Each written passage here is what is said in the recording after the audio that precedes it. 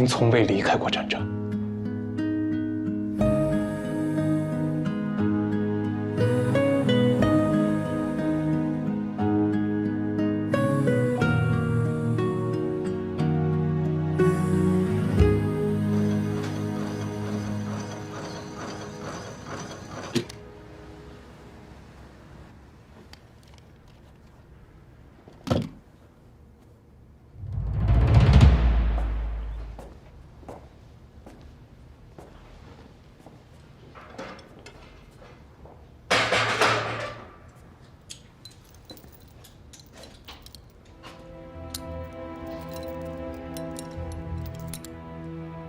狗力社稷，死生已知。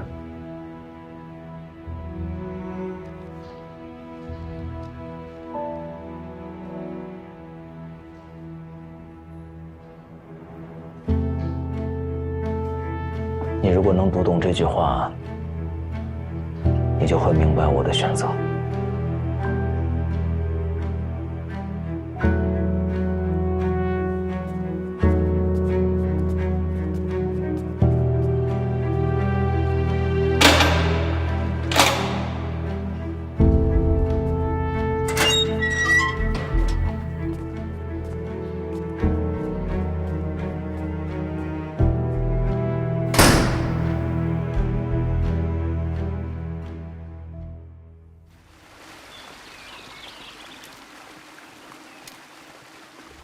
爸爸，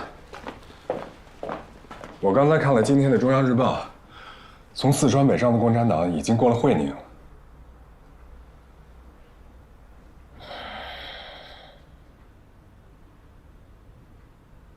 会宁之后再无悬念。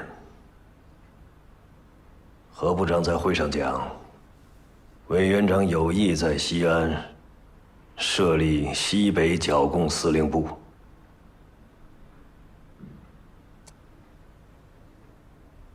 做好第6次围剿的准备吧。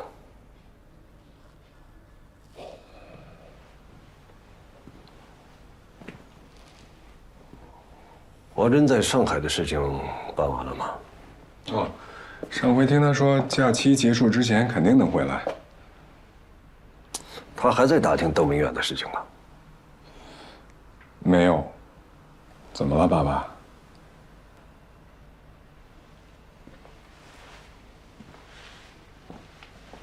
这两将会有关于邓明远的党内通报。华珍如果问起，你就推说不知道。海军部已经查实，邓明远和当年那种关于围剿共产党的泄密案有关。如果不是那次泄密，我们第4次围剿或许已经成功了。何至于今日今时？连小学生们都在呐喊申请抗日，我们却要做第6次围剿的准备。我听说中央军人监狱已经派人去了上海，要把邓押解回南京，但是最后怎么判的还没有正式结果。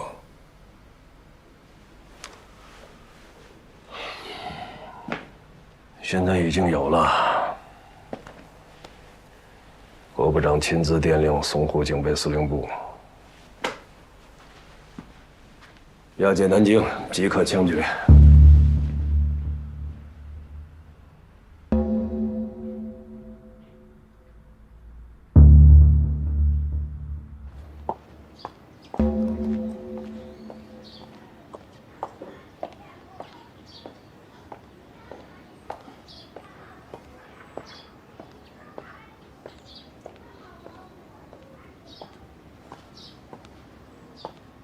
先生，是您找我？您好，我是孟先生和孟太太的朋友，有件东西想拜托您转交给一位年轻人。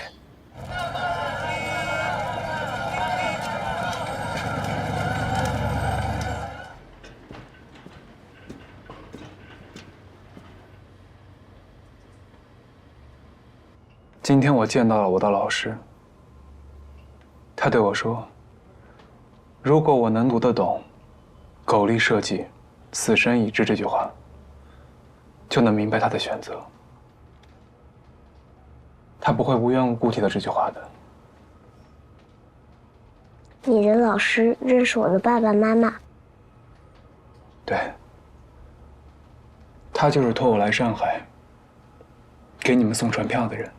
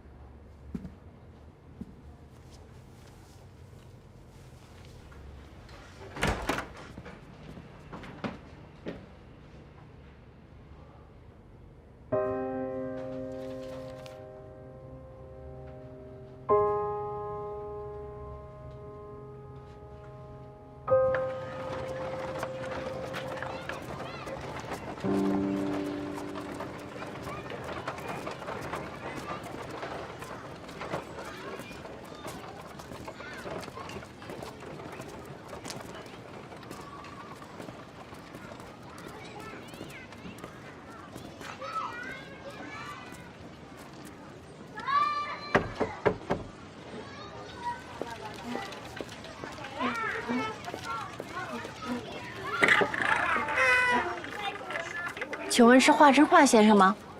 是我。请进。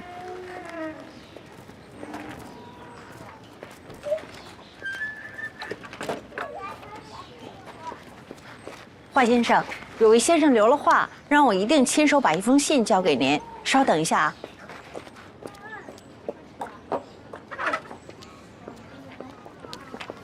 华先生，就是一封信。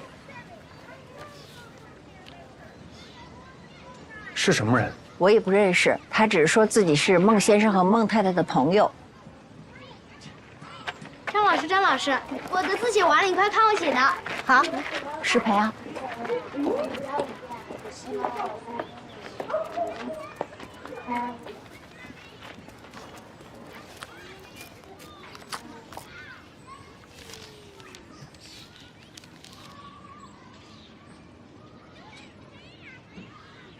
华珍，我知道你一定会很快找到这里，所以给你留了这封信。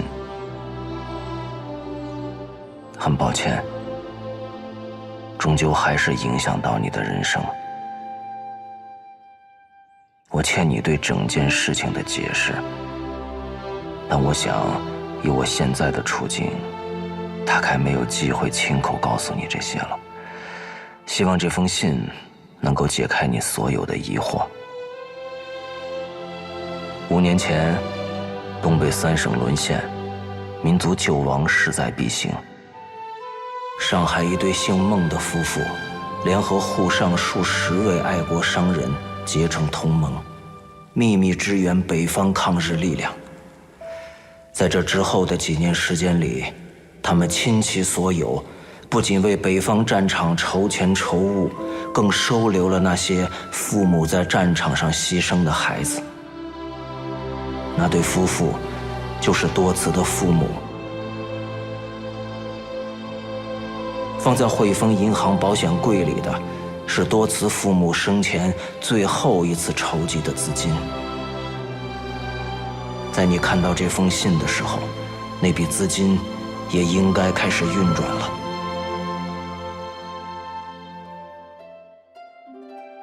你听说过伊斯克拉吗？在俄语里，它代表星火。我给这次行动取名为伊斯克拉，因为那些孩子是英雄的后代，也是未来的星星之火。我在联络册上记下了452个名字，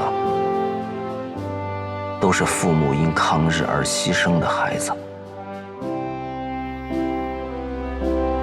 记录他们每一个人的信息，为的是让他们永远不遗忘自己的身份。有人在保护他们，有人在抚养他们，还有人从未出现在他们成长的路上，却在影响他们一生。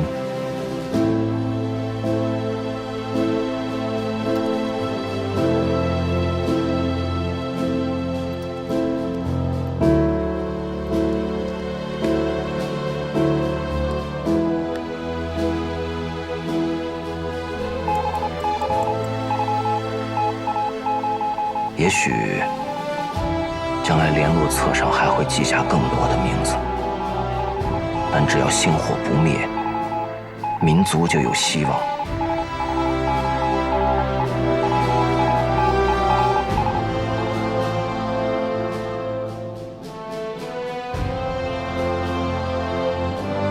狗力社稷，死生意志。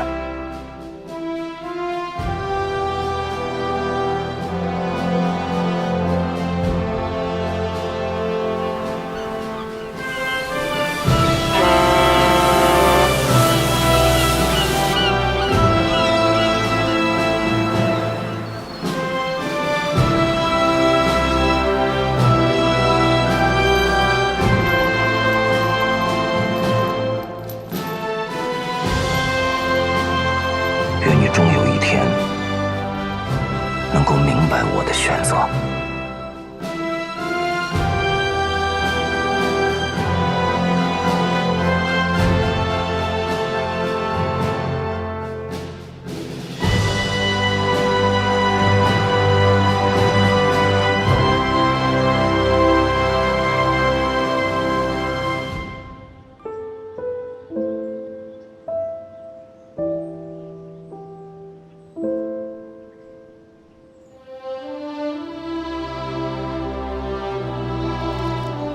远生哥哥，我真的很想我的爸爸妈妈。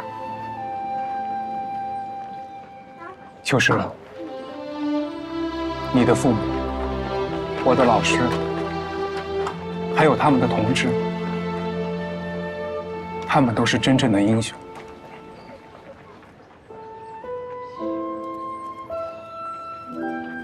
小妹妹，这颗星星送给你。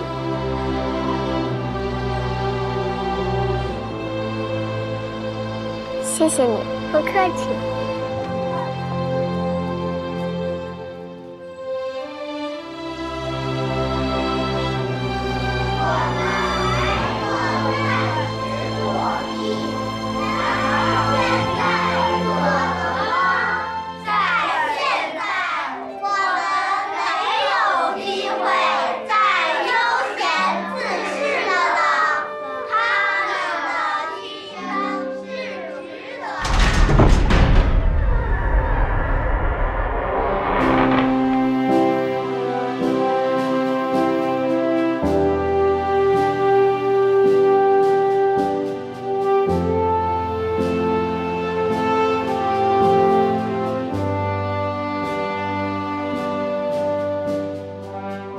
组织派人和陈浩同志接上了线，他已经接替您，成为第5卫领37。这个代号不会消失，伊斯克拉计划也会继续执行下去，不到胜利的那一天，这个计划永远不会中断。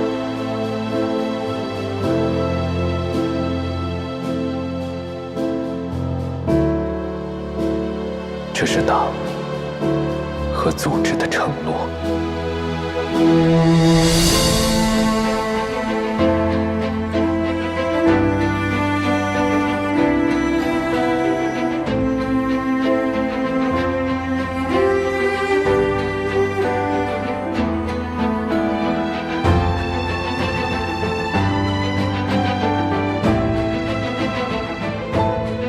再不吃命就妥了。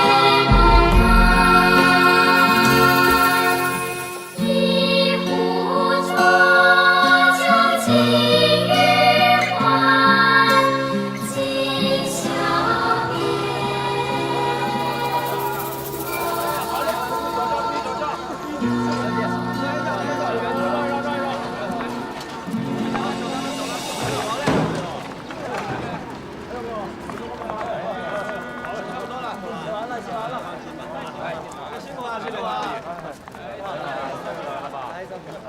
来一个人，来一下。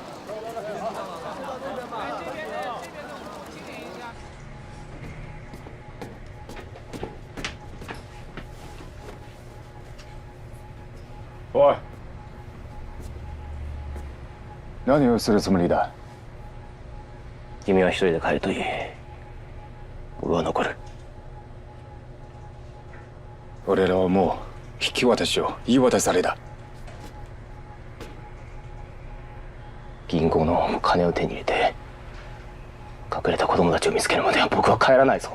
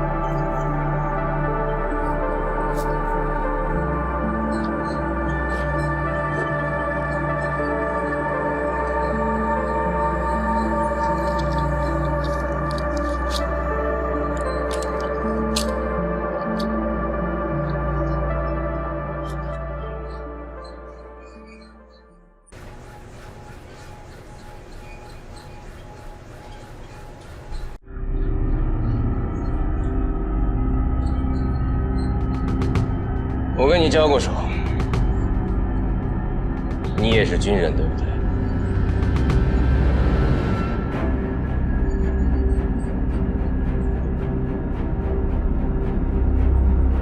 如果你也是军人，你应该清楚，中国的问题已经不可能和平解决，战争是唯一的出路。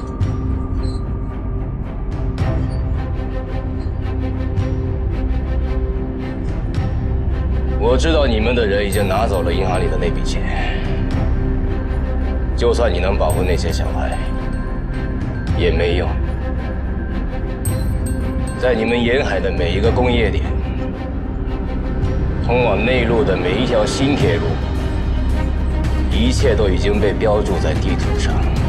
只要我们的陆海军开始行动，10日之内就可以长驱直入。伊斯克拉计划的小孩，我们迟早会找到。你救走的蒙多兹，他们谁也别想逃掉。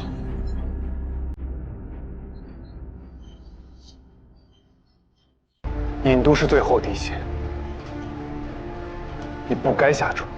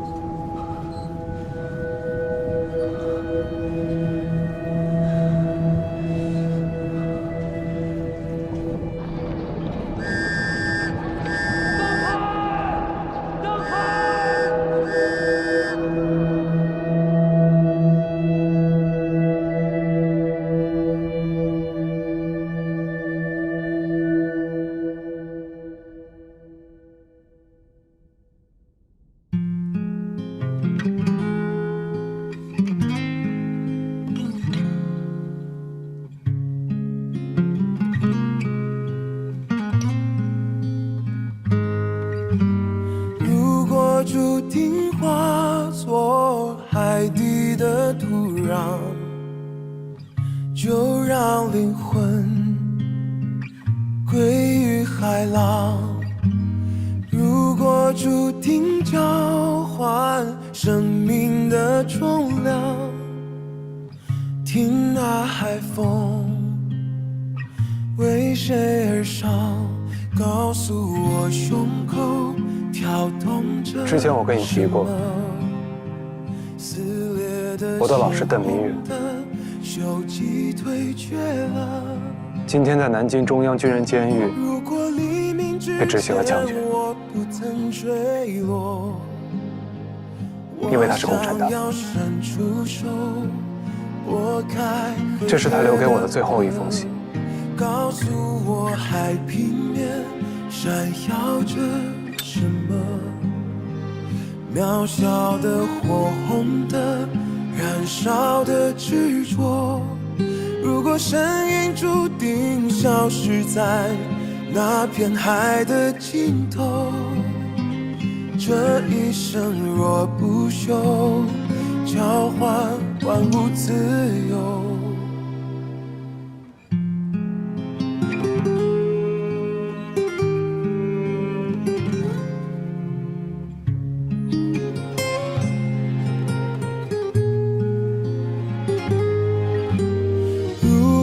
注定化作海底的土壤，就让灵魂归于海浪。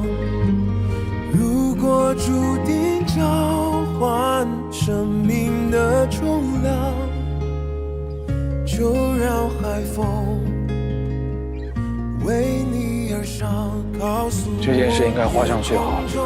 闪耀着什么？接下来有什么打算？这趟来上海之前，我的人生轨迹从来没有被外力改变过，因此我也从来没有感受到生活本身。现在我才渐渐发现，也许我的轨迹已经变了，也许所有人的轨迹都注定被改变。谁知道？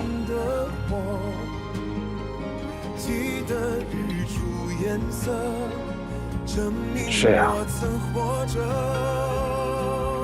谁知道呢？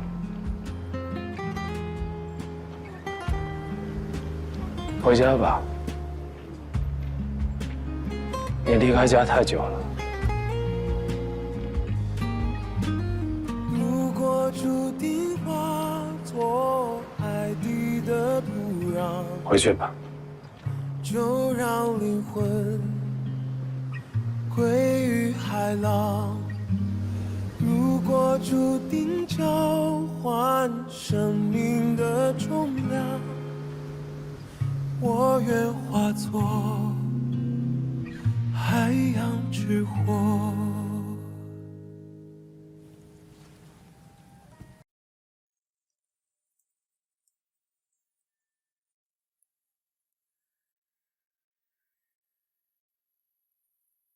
找到高木君了吗？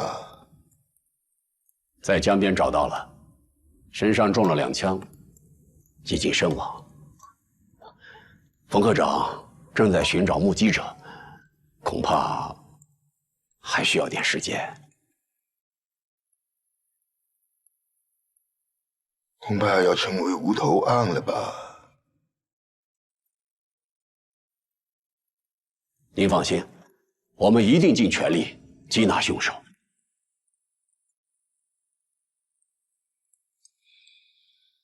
银行保险柜里的钱也已经被人取走了，完了。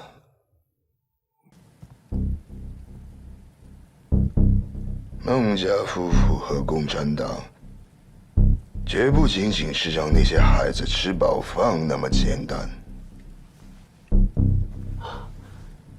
您担心的那些孩子，其实不过区区几百人，他们现在还都是白纸一张，就算是再过个3年5年，也未必能形成威胁吧。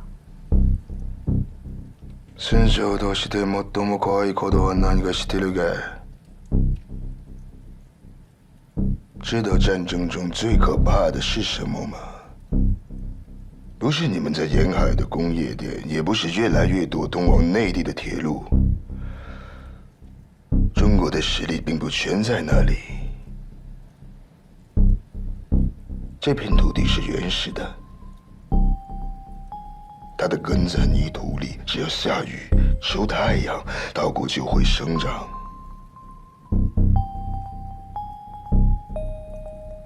这也是这个民族难以消亡的原因。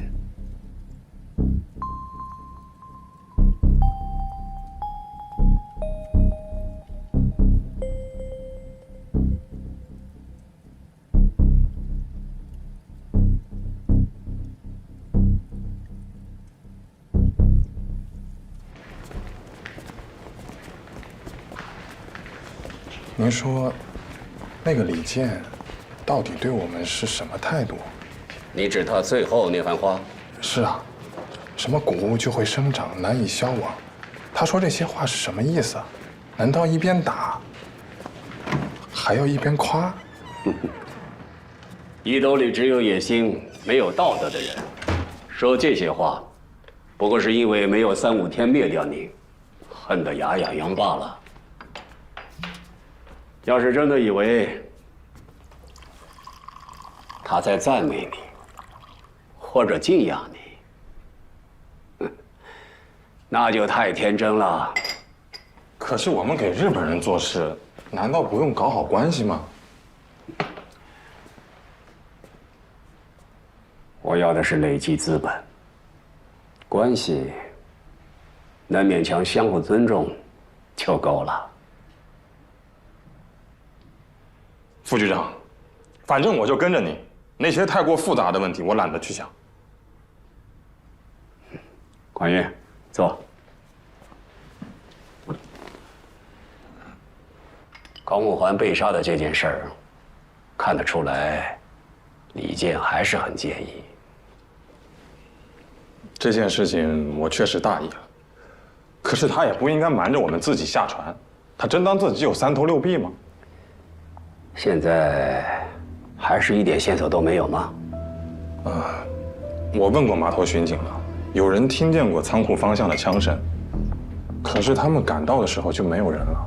目前还没有找到目击者，也没有找到凶器。不过，我觉得可能性最大的是跟孟多慈一起住在公寓的那个人。我看过登记簿，名字叫华珍。叫华什么？华珍，穆珍珍。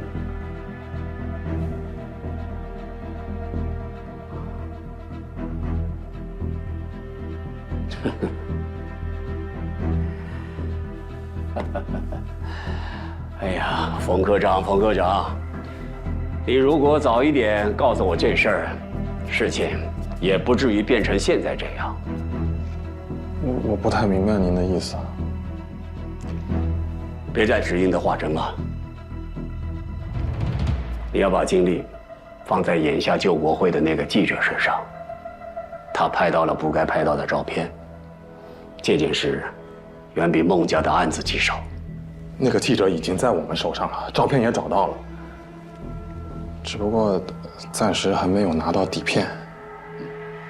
一个文弱记者而已，你撬不开他的嘴？已经打得死去活来好几次了，他不肯说，我都怕把他给打死，所以我只能先关着。但是他有个老婆，现在应该是听到风声躲起来了，我已经安排人去找了。您放心，我总有办法让他交出底片。孟家的事，李健没有过多计较，就是因为我们身上的这身警服还有价值，自己心里要有数。至于华珍，他的事儿，你就别再插手了。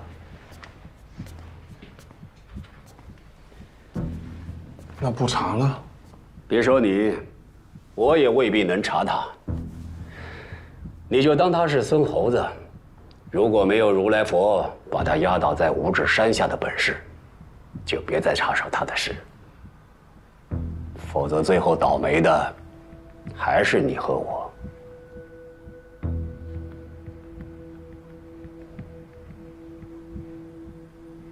这件事儿，以后你会明白的。另外，你手下4所的那个小队长叫什么？陈浩。对，陈浩，他的停职处分也撤销了吧？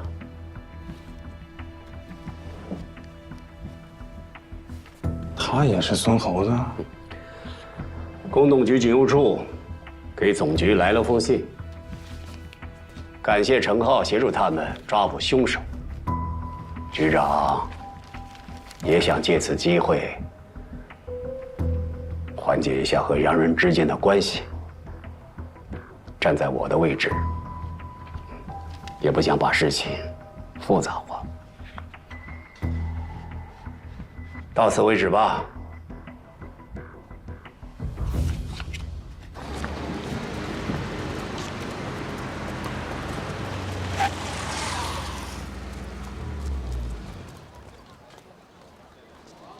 队长，前面就是张润金在上海的藏身处，我们的侦察队员已经上去了。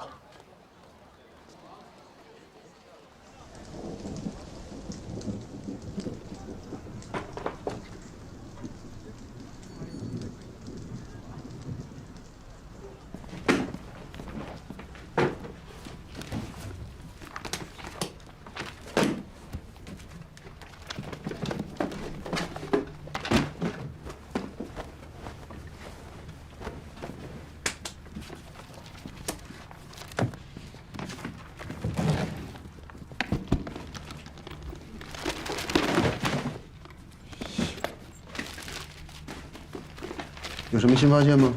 对不起，还没有。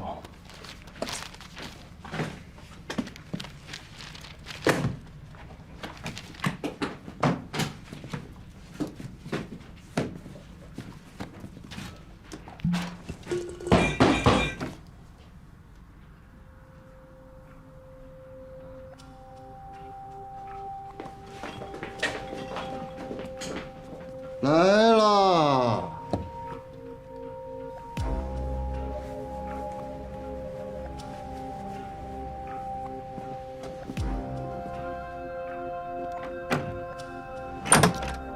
你好，请问是张润金的家吗？是，他刚出去。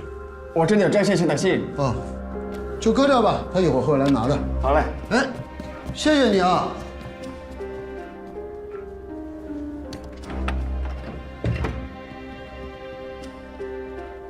广州租房子，广州，你好好看看，好好看看张润金收到的这封信。里面那个房东说，张润金1个月之前就在广州租了房子，还付了1年的租金，可直到现在都没有人租进。您是怀疑这房子和华珍有关？张润金离开广州这么久了，他不会随随便便租房子。是不是和华珍有关系，我不确定，但我敢确定，一定跟共产党要走的事有关。进来。队长，去广州的船票买好。太好了，走，我们去趟广州。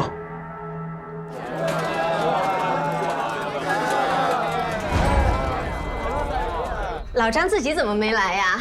他在上海忙生意，走不开，这不托我帮他处理一下。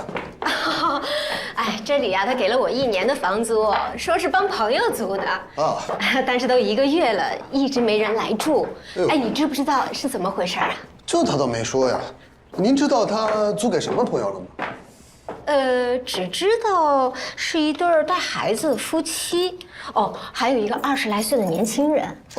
说是从外地过来广州定居。老张是我远房亲戚，那我肯定信他的嘛，就没多问。哎呀，今天这锁怎么回事？不着急，不着急。老张说啊，里面有些东西，托我帮他取一下。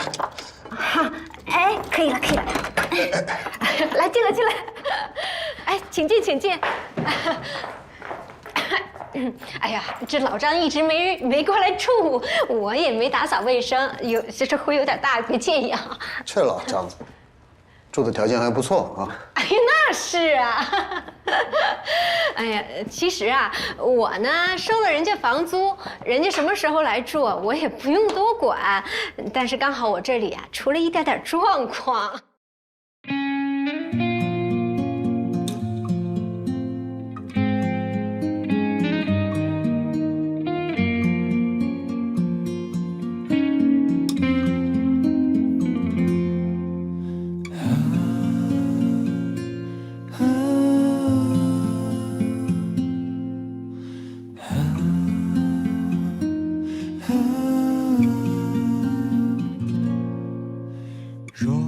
整片大地充满光明，又怎会期盼闪耀的星？藏些许微光，人间流浪，写温柔的诗，清风吟唱，满天散落的星辉，无言把彼此路照亮，盼每颗心都无恙，别怕，也不会太长。他走过彷徨，前往远方，踏着月光寻找方向，风吹散孤单，又吹来无常，夜终将过去，黎明又明朗，满天散落的星辉，无言把彼此路照亮，盼每颗心都无恙，别怕，也不会太长，别怕，也不会太长。